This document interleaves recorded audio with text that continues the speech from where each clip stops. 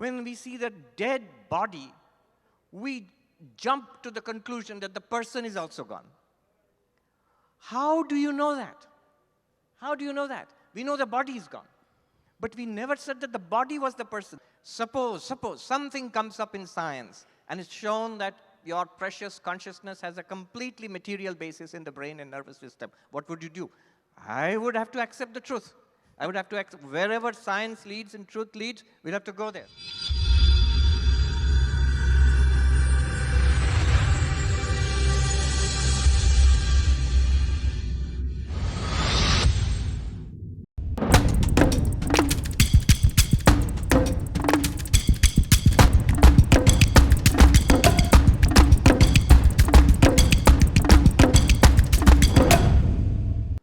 The first session is in a very apt way, starting with what we were searching for the entire day yesterday, which is what does it mean to be human? And what is that holy grail, consciousness, when we're able to do everything possible with science and technology, map the tiniest cell, map the ends of the cosmos, go back to the beginning of the universe, the Big Bang. We've gone back 13 billion years, and you'll have a session on that with Mark McCaughrean. When every possible mystery of life is being solved, when our entire mystery of the human body, of human existence, has kind of been broken down into body parts. It's like a dismembered car in a garage that can be fixed. We heard about patients on chips, organs that are being created on scaffolding. We are talking about machines that can replicate our emotions. In all of that, till today, with all the brilliance of all recorded history, nobody has been able to define consciousness. But there is a tradition in India, the Vedanta tradition, which does seem to approximate an idea of consciousness that science has not been able to displace yet.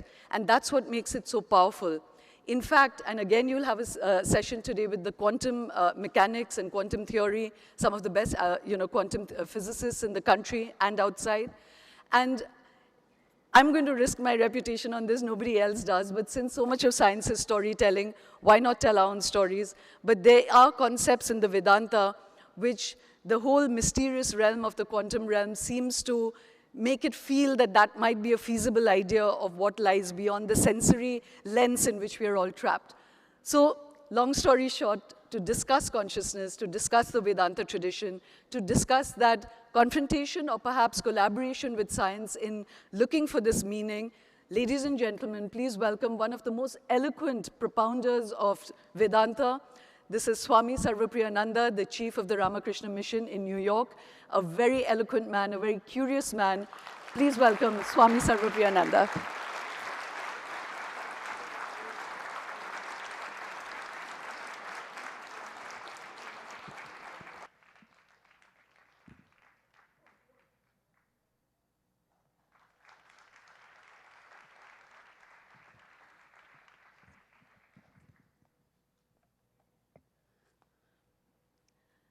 Swamiji, thank you so much for coming.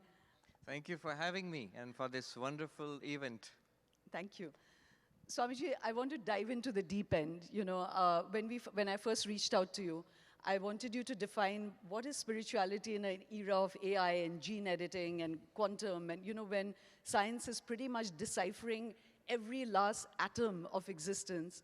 Has spirituality almost become, obsolete? Is the soul obsolete? But through all of yesterday, we were not able to define that. So before I take you into that debate between science and spirituality, I'd like you to share with the audience and us, how is consciousness defined in the Vedanta tradition? And I know that the Vedanta has many schools, so let's stick with the Advaita for the time being. Yes, big question. I'll start with a little story. Consciousness is something that's very common to all of us. We all know it, and we are using it all the time. The story is like this. There was this washerman, our very familiar traditional Indian dhobi, who would take the dirty laundry out and wash it on the bank of a river. He came across a diamond. He didn't know what the diamond was, but he thought it was just an interesting piece of rock. And he used it for scrubbing dirty clothes, And this is how he went on. One day, he was curious. he took this peculiar rock to a friend of his, the vegetable seller. Thought he's wise, he knows more than me, he should be able to tell me what it is. And the vegetable seller said, yes, this seems valuable. I'll give you 10 rupees for it.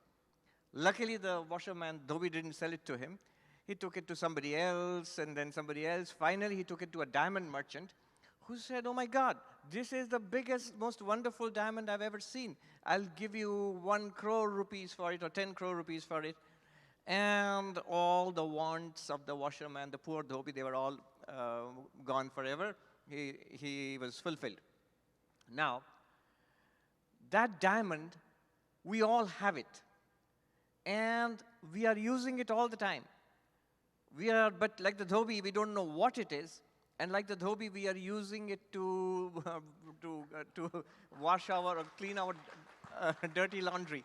What are we doing with it? It's consciousness. What are we doing with it? We are seeing right now. We are seeing, we are hearing, smelling, tasting, touching.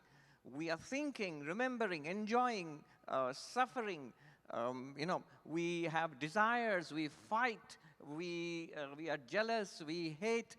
All of that, including science and religion and spirituality, all of that is made possible by this. This is consciousness. Now, what Vedanta says, this is not a rock with which you can only, you can scrub your laundry with it, but if you truly know what it is, it will solve all your problems at a deep existential level. So, to put it in classical terms, atyantika dukkha nivritti, the utter cessation of suffering, paramananda prapti, the attainment of fulfillment, deep, lasting fulfillment and bliss. This is what is promised if we know that this rock is actually a diamond. The consciousness that we have, and we are most familiar with all the time, we realize what it truly is. So to come to know truly what we are, that is the journey in consciousness and journey in Advaita Vedanta. So, just before we go into the science aspect of this, there are 2 traditions in the Vedanta. There's the Advaita and there's the dual tradition as well. So how do we reconcile the 2 things, Swamiji? One, it's wonderful we have a plurality because, nobody really knows. But at this very essence, it seems a complete departure. In Advaita tradition, like you said, yes, we have the diamond, but we're using it to scrub. Yeah. But it says everything is consciousness. Yes. Brahman is everywhere. But it's attributeless, it has no qualities, it's not decipherable, it's not you can't describe it. But in the dual tradition, you say that this world of names and forms is not real, and consciousness lies, or Brahman lies, is something separate, that this is illusion or Maya. How do you explain the diversion in these 2 traditions within the Vedanta? Not just 2, there are multiple traditions. Yes. In fact, I'm not going down those paths for the time being. It'll be endless. There's a very nice book by Swami Sarvapriyananda, Bhakti Schools of Vedanta. So there are multiple schools of Vedanta other than Advaita Vedanta, Vishishta Advaita, Dvaita, Shuddha Advaita, and so on and so forth, which are, one common characteristic is that they are dualistic in some sense, and they all rely on bhakti rather than on jnana, on knowledge. So how is it related? It's sort of like this, using Vivekananda's own words.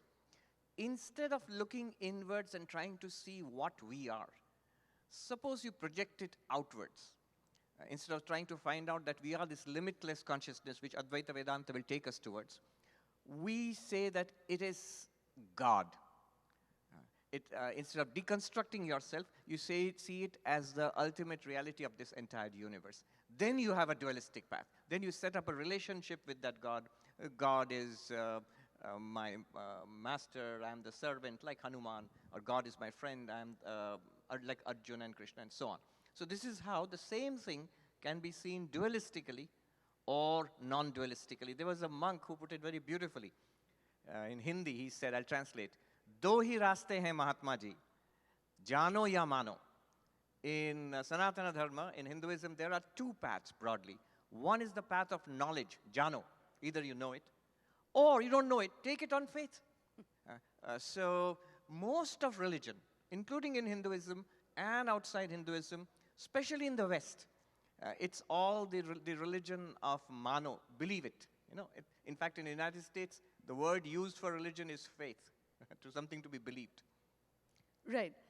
That didn't, or maybe I missed it, but it didn't entirely explain. You're saying the path to it is that you think of it as outside of yourself, Yes. and you bow to it. Yes. So that's the religious, the faith aspect. That's not Yes. so hard to understand. It's a Yes. story you've told yourself, you True. bow to it. Maybe it exists, maybe it doesn't, but it gives you solace. Yes. So I'm not going there because it's not a mystery, you know. Yes.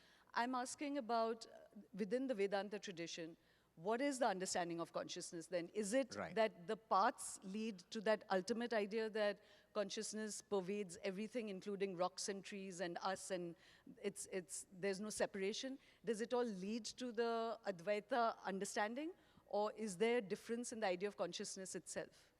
There are different theories of consciousness. We can't say that the Indian tradition, why Vedanta? Multiple schools of Vedanta, Sankhya, Yoga, multiple schools of Buddhism, Jainism, many schools in ancient India.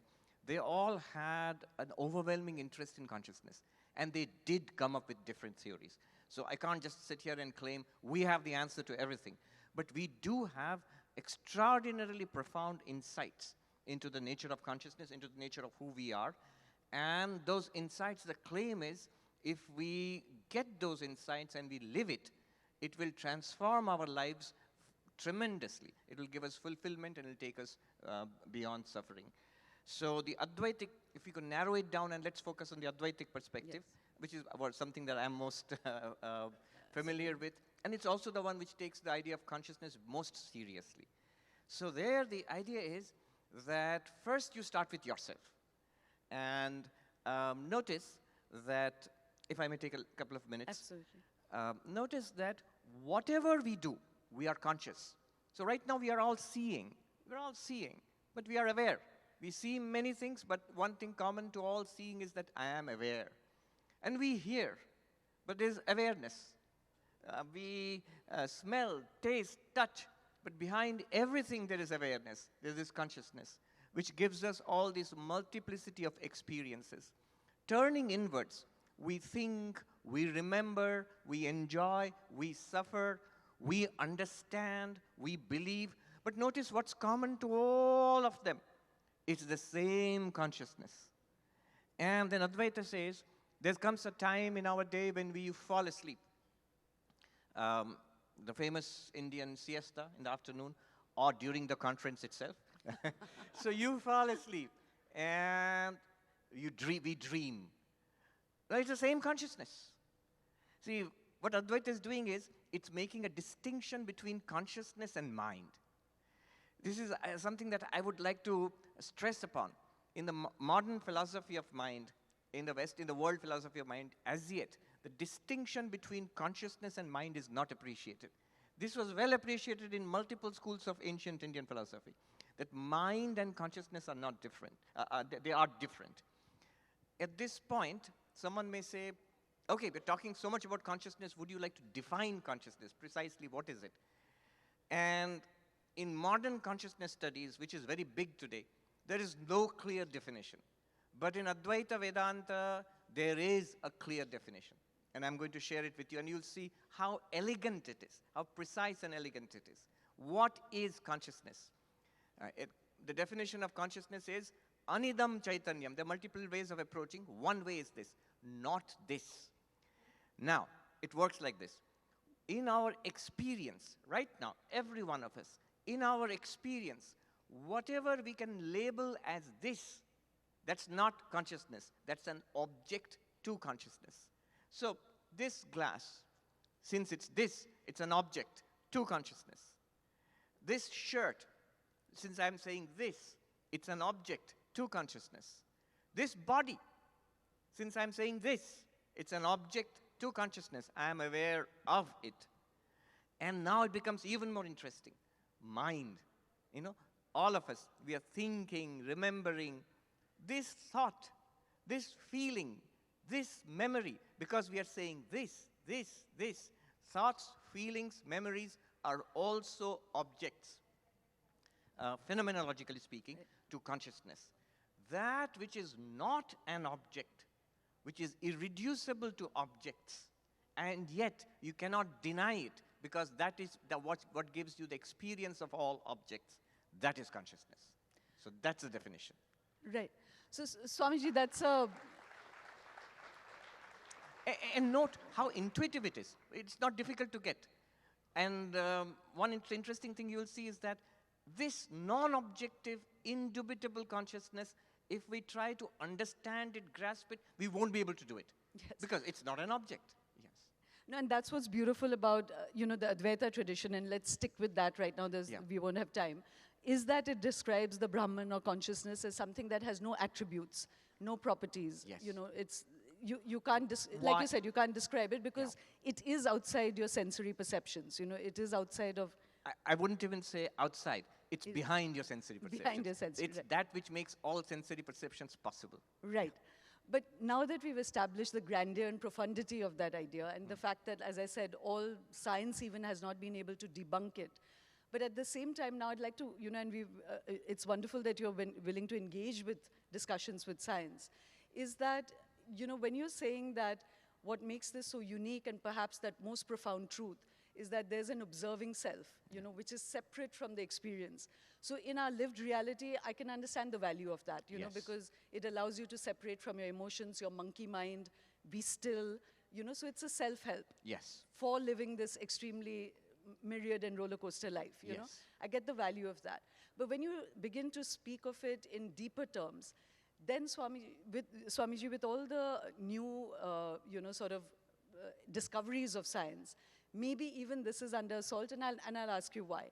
Because, you know, even when we talk about the Advaita tradition, you speak of qualia, you know, and all the neuroscientists are now talking about qualia, that qualia is that ability to feel sweetness or to feel blueness, or the experience of sensory emotions is what is called qualia.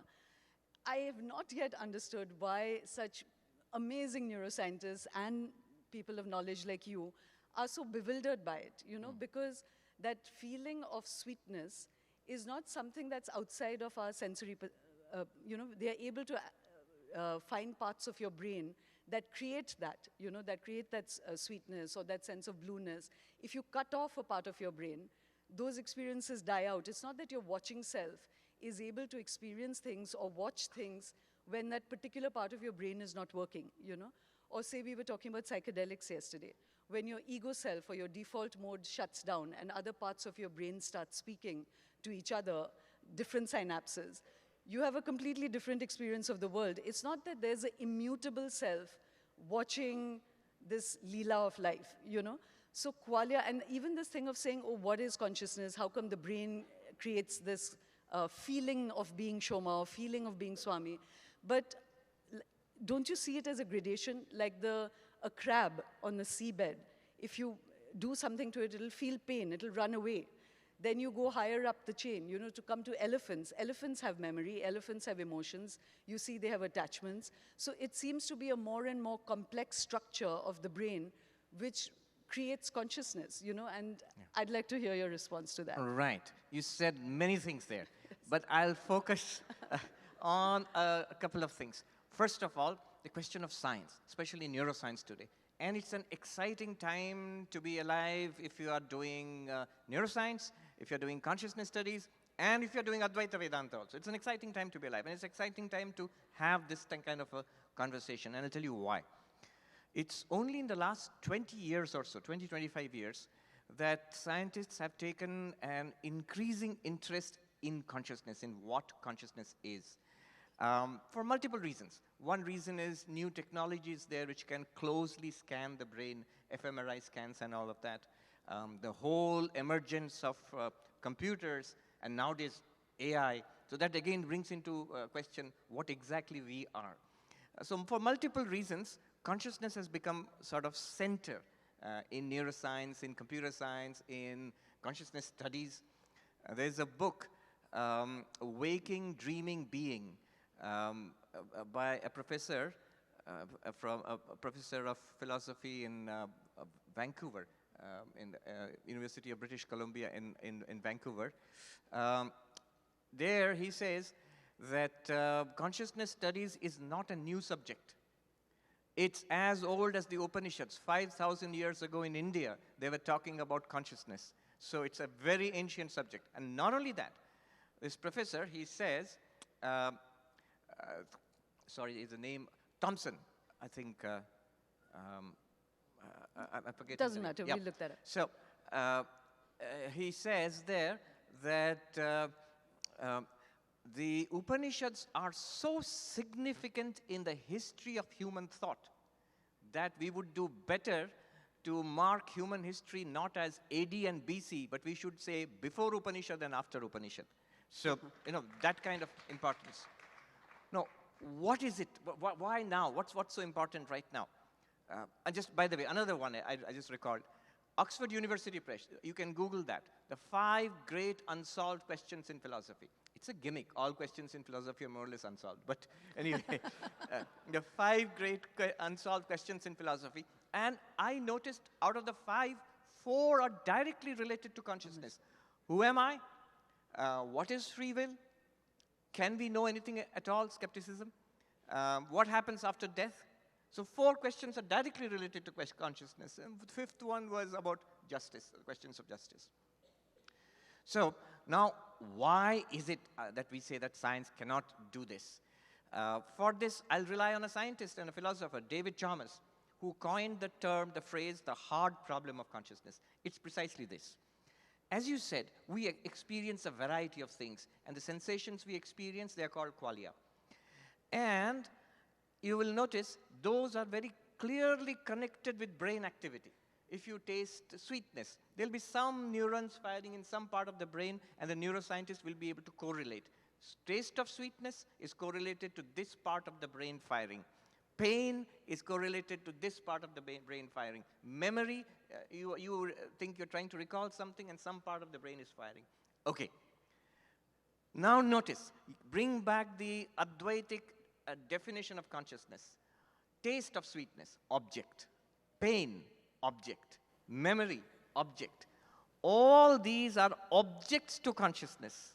And when these objects are presented to consciousness, they're subtle objects. Presented to consciousness, different parts of the brain are firing.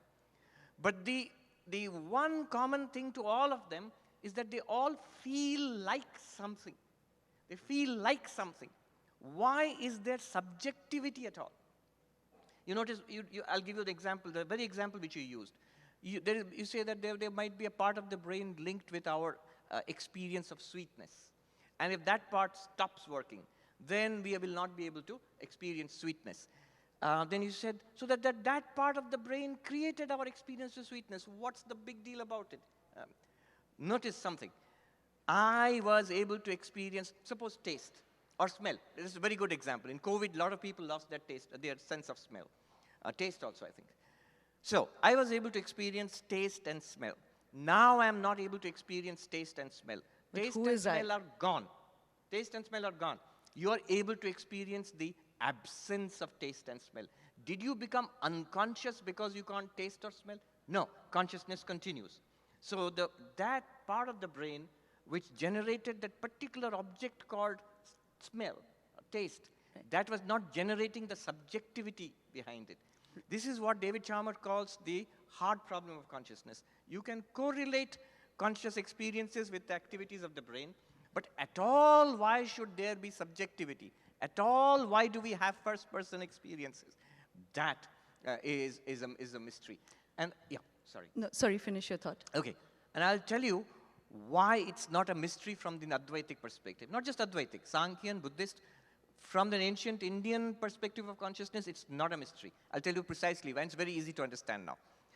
As I said, everything that we experience is an object. By very definition, it's an object to you, the consciousness. Now, when we say we explain something, we are explaining complex objective phenomena in terms of more simple objective phenomena. So, we are experiencing the experience of, we are explaining the experience of sweetness in terms of firing of the brain. That's also objective. The experience of sweetness is also objective. But what is not objective is the very subjective thing of experiencing, of being aware at all. And that you cannot explain in terms of objective activity like the brain activity. So, Swamiji, that's, again, elegantly put as you said it. But I would still challenge you one degree further on that. Yes. Which is that absolutely there's that internal observing self, the experiencing self, and that is not it's not a sum of its parts. You know, it seems to be something that exists outside the particular parts that make it up. Absolutely. But there's just still one final mystery, which is that when you die, that consciousness you don't know, and so there's two theories of science which I would like to put to you. One is that there's a global workspace theory, which is that maybe there's a space in your brain, which we haven't yet deciphered. We've been talking about what a huge space it is. It's a universe in your head. But maybe there's a global workspace where different parts of the brain send stimuli, and we're only taking in a very small percentage of the stimuli that's coming to us all the time.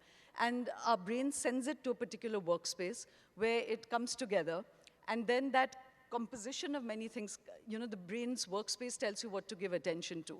So that's one theory. The other, which I remember you said you're very interested in, is the integrated information theory, which was the complexity idea, that as beings get more and more complex, a more complex consciousness is formed, How would you respond to that? That after death, nobody knows, or I would ask you, does the Upanishadic traditions tell us what happens after death? Okay, first of all, the global workspace theory and Tononi's integrated information theory, you'll say, what is your take on it?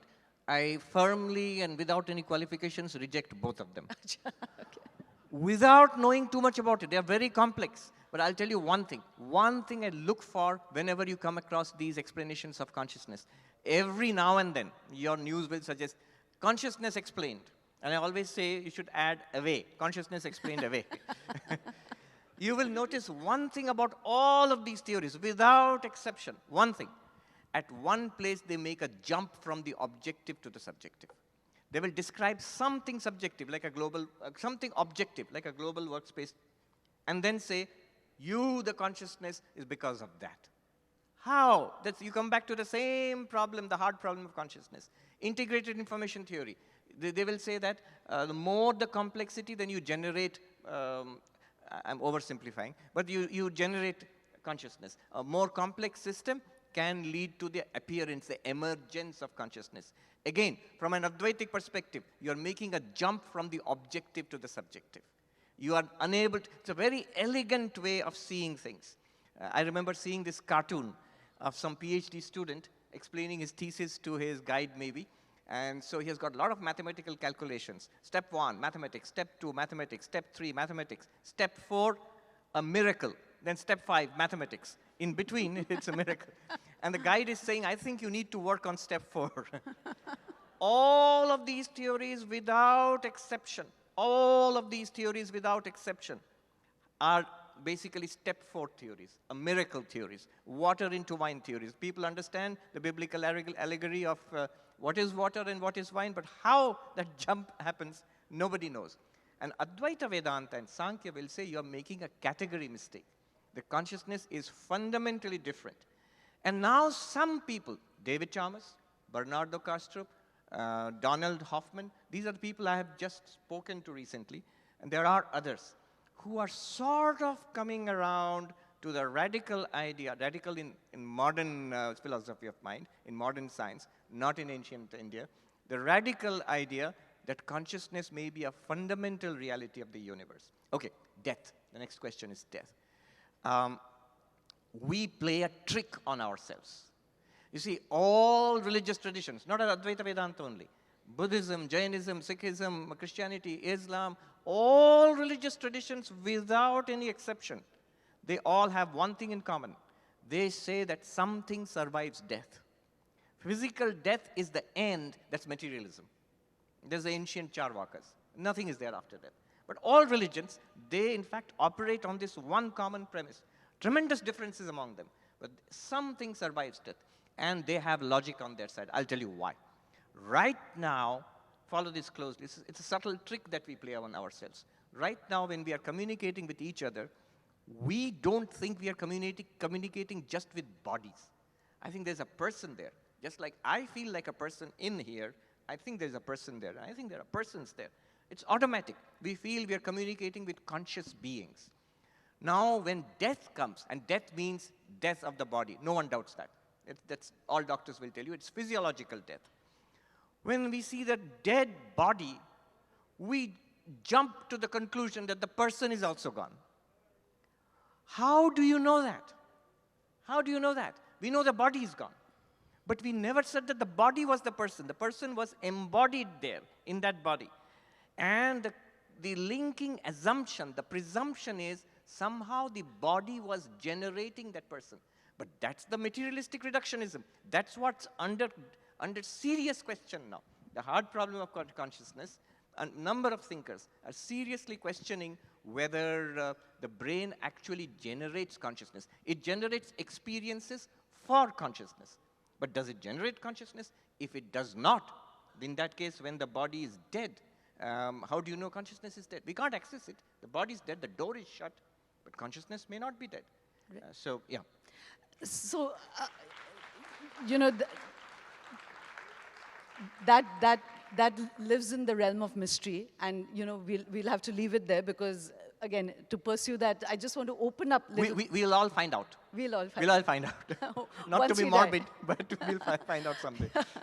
So, you know, there's a whole other thing that, because we are in the realm of science, yes. and the bridge to spirituality, is that, you know, yesterday when Vidita was describing that what happens when you take psychedelics, you know, and many people come back with an exact replication, especially when it's done under certain setting, that you come back with an exact experience of a mystical experience of Brahman, of love, undifferentiatedness with the entire nature, and you are the same. All your distinctions of physicality can break down, etc. So my question is, Swamiji, that do you think that these descriptions of mysticism, and it's there in many ancient traditions, actually may have just been a psychedelic experience? Where the mystics high, where they're on weed. Where I live, they certainly are on weed. Not me, personally. But since I'm in the Vedanta Society in New York, and Central Park is just across the street, so when 5 o'clock afterwards you go, they're all having spiritual experiences because they have legalized marijuana. So people are, you know, in the 1960s, there was this drug culture. And it sort of started off, the hippie culture started off in Berkeley, in Berkeley University. We have an ashram right there, and the Swami there at that time, Swami Ashokanandaji, 1960s, late 50s, 60s actually, he said, Berkeley, blessed place, an avatar on each street corner. But seriously, even the Yoga Sutras mention the use of psychedelics to generate extraordinary experiences. But they strictly forbid you to use it. See, the point of spirituality is not to have a variety of extraordinary experiences. The extraordinary experiences just opens you to the fact that this experience also is a kind of extraordinary experience. It's completely constructed by our sensory system. More and more cognitive scientists, I mean, Donald Hoffman, who is in UC Riverside, I think, he is working on this. He says that actually what we are seeing here is being generated by the brain. And it's actually being rendered continuously by the brain. He's using virtual reality metaphors. So it's not out there, what we are seeing. What is out there is incredibly different from what we are actually seeing. It's being reconstructed. And no scientist disputes that. Now, mystical experiences, they have their value. They are genuine mystical experiences. How will you distinguish someone on psychedelics from a genuine mystical experience arrived at through meditation and samadhi? One thing is the effect on character. You know, a fool can go into a psychedelic high and come out a fool. But a fool can go into samadhi and come out a saint. These things, you might say, what's the proof? The proof is our entire tradition in every religion. Every religion in the world stands testament to the fact that there have been men and women of extraordinarily high character and who say that they have had certain extraordinary spiritual experiences. However, let me add something. Here's the beauty of Advaita Vedanta. Advaita Vedanta does not depend on extraordinary mystical experiences. You may have it, you may not have it. Advaita Vedanta depends on our quotidian, daily experience. See, right now, you are seeing and hearing. That's enough for Advaita Vedanta to begin. You know, Drigdrishya Viveka, the analysis of the seer and the seen. We all have the sensation of a body, of the prana. of the mind, thinking, intellect, understanding, that's enough for you to begin the process of Panchakosha Viveka, the analysis of the 5 levels of the human personality. And all of us, we wake, we dream, we sleep. This is called Avastatraya. This is enough for us to begin the process of inquiring into who we are and understand the limitless dimensions of consciousness. So at no point, asking for, depending on or using mystical experiences as a premise for your argument. There's so many things I want to talk to you about, Swamiji, but unfortunately we are running out of time. May I bundle 3 or 4 complex ones and ask you for a 1-minute answer? Yes. Bring in AI. Oh, gosh. If the audience promises to stay till late tonight where we don't shortchange other speakers, then we could continue this for 10 more minutes. May I ask the audience if we can? Okay. So, Swamiji, I will come to AI. But to establish the beauty and profundity of our traditions, I do want to just come to a very interesting anecdote you told me, which was that when Jamshedji Tata met Swami Vivekananda, that actually there was this huge openness to science. And you said the other day that if indeed science comes up with some theory that breaks the foundations of Advaita tradition, how would you respond? And do share with the audience a story about Tata meeting Vivekananda. Okay. Many people know the story actually, but it's very interesting. When Swami Vivekananda, we all know, he went to the World Parliament of Religions in 1893. On the ship was Jamshedji Tata. And he was going there in search of business opportunities in the United States.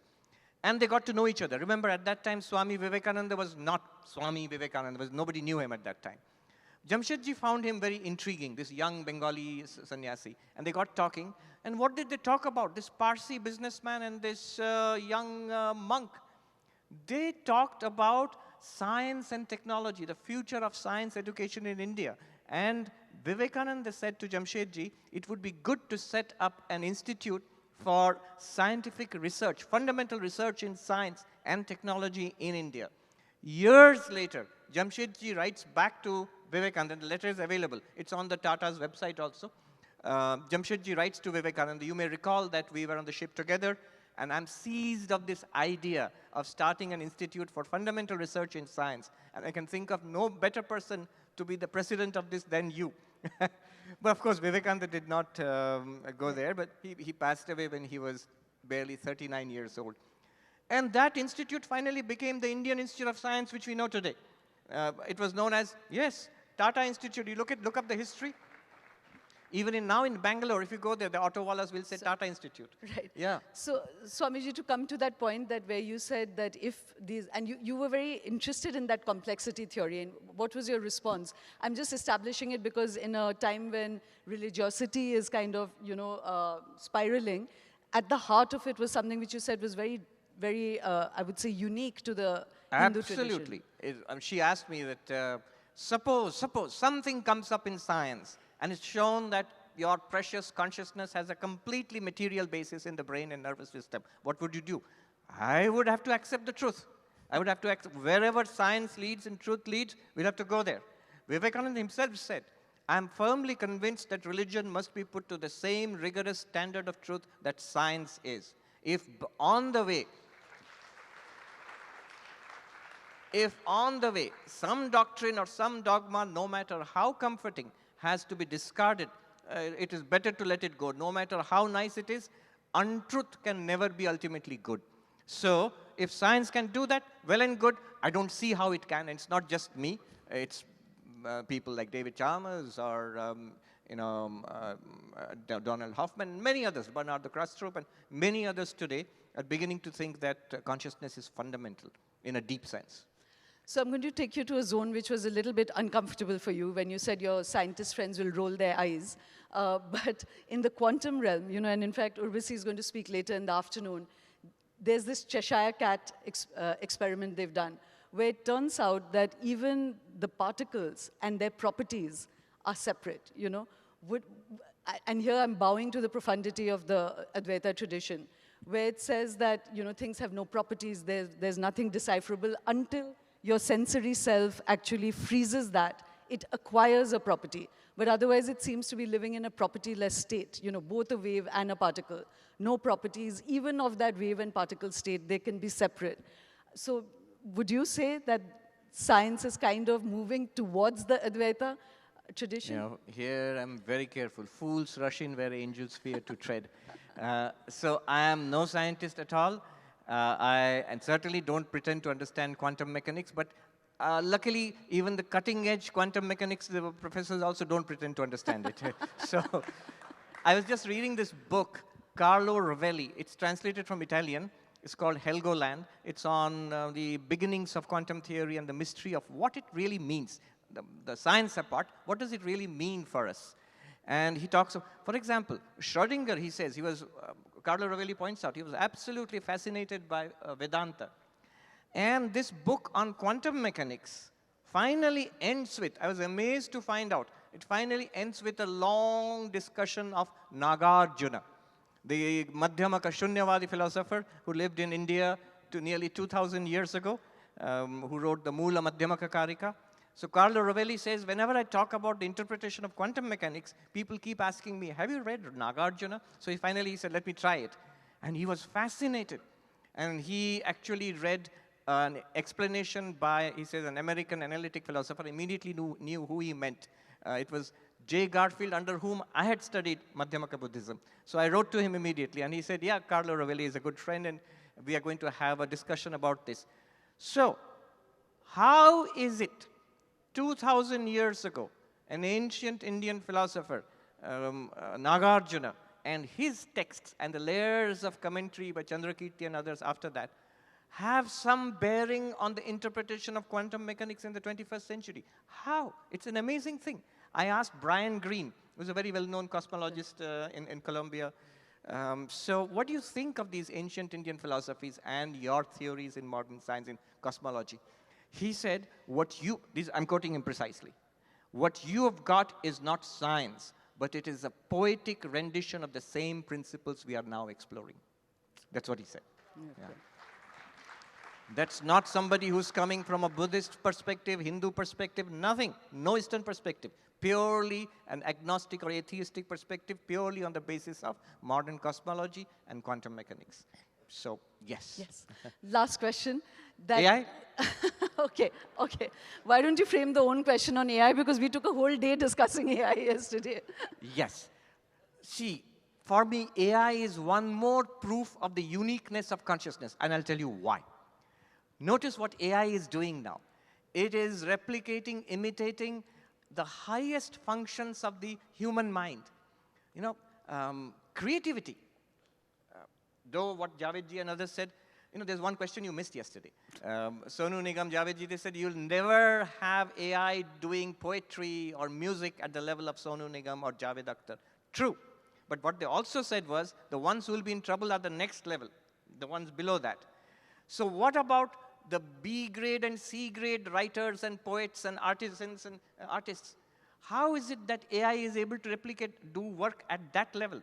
I was at the Museum of Modern Art in Manhattan a few weeks ago, and when you enter it, there's an AI. The first thing that you see is a big display like this. And AI has been fed all the art in MoMA.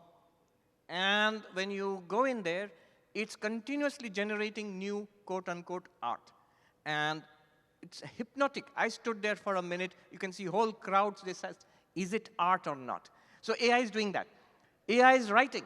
Nowadays, here I'm sure, and all in the United States and in Canada, all university departments, they are scratching their heads how to know whether the assignments written by the students are written by ChatGPT or by the students. So AI is doing that.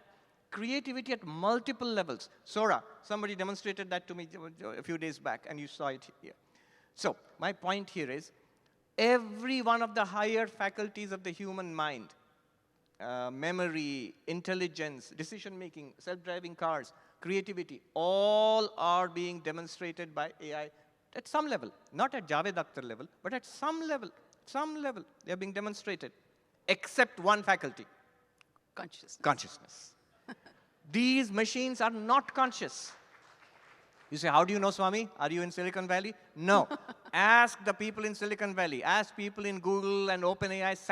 By the way, I don't know how true this is. Somebody told me if you look up Sam Altman and his Twitter feed, X feed, so somebody asked him, tell us one thing that we don't know, which you believe to be true. And Sam Altman said, Atman is Brahman. He said that. Look it up. So now, consciousness is not there in any one of these machines. My question here is this, precise question. Nobody's asking this question. Why not? If consciousness is just one more faculty of the mind which can be explained by the brain, see, creativity is complex. Decision-making is complex. And you are able to model that, imitate that algorithmically. Consciousness is simple. What does consciousness do? It does only one thing and only one thing. It gives you first-person experience. Anubhava, experience. Why can't you model that?